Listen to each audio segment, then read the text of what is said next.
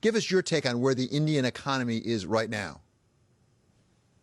Well, we're looking very sound. The recovery seems to be sustainable.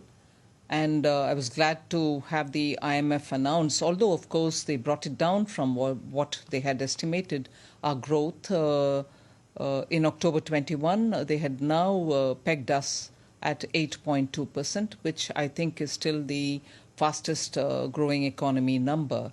So I'm glad to have that figure when I have arrived here. That's because I think the support given by the government during the COVID pandemic, very focused, targeted support, and ensuring that sectors which are the ones which have to be protected, like the MSMEs, have to be protected. We had done quite a lot of support schemes for them as well. But even as we looked after the poorest of the poor by giving them free food grains, free cooking gas, and that scheme, the free food grain scheme, continues till September this year. So even as we are ensuring that the growth potential is kept at its prime, we have not forgotten the people who are vulnerable, who need all kind of support. So I think our macroeconomic fundamentals being fine, FDI flow till now has been healthy, even with the US Fed announcing the various rate or the tightening that they're going to be doing. I think Indian potential, and also in the context of China +1, with us giving a lot of productivity-linked incentives, we expect the FDI flows to also keep pace with the promises. And therefore, I think we are on a fairly, what I would say, safe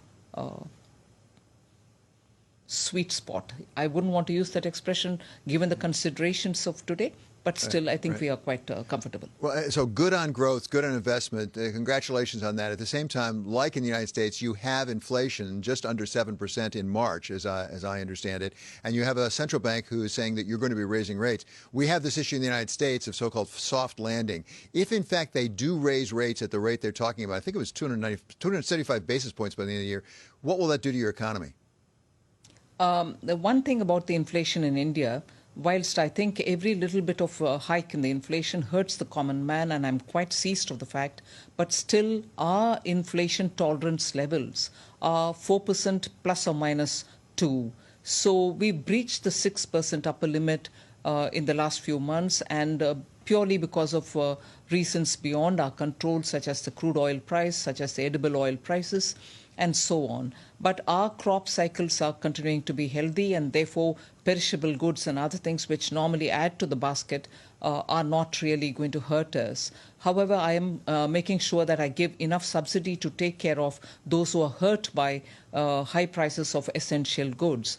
But if I compare myself with the West, particularly with the United States, which is seeing a 4-decade higher number, and Germany, which is also seeing about 3 decades higher number.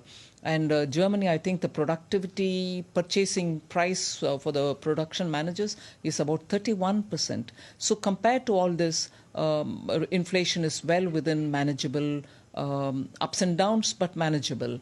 And I think we are making sure that that doesn't hurt the common man. But even otherwise, we'll have to be extremely cautious about it, because what adds to the inflation in India is the crude oil prices, natural gas prices, all of which are, one, high, and also two, natural gas, which we thought was the transitional gas for us, moving from the climate, in order to fulfill our climate commitments, is a concern.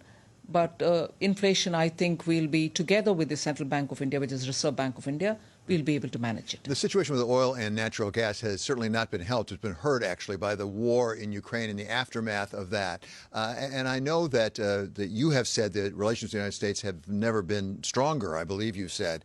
At the same time, the United States would really like to help India, help us put pressure on Russia. We talked earlier today with Dalip Singh, he's the White House Deputy National Security Advisor, about what the United States would like to do to help India. This is part of what he had to say. We want to step up for India help it diversify away from Russian defense equipment. We want to help India diversify away from Russian energy sources. The amount that India imports from Russia in terms of crude oil is a very small percentage of the total, 1 to 2%. Just like we're doing with Europe, we want to step up for India and be a friend and a partner. So, Madam Minister, what could the United States do to make it easier for India to support the United States and NATO allies in trying to bring pressure to bear on Russia to stop this war?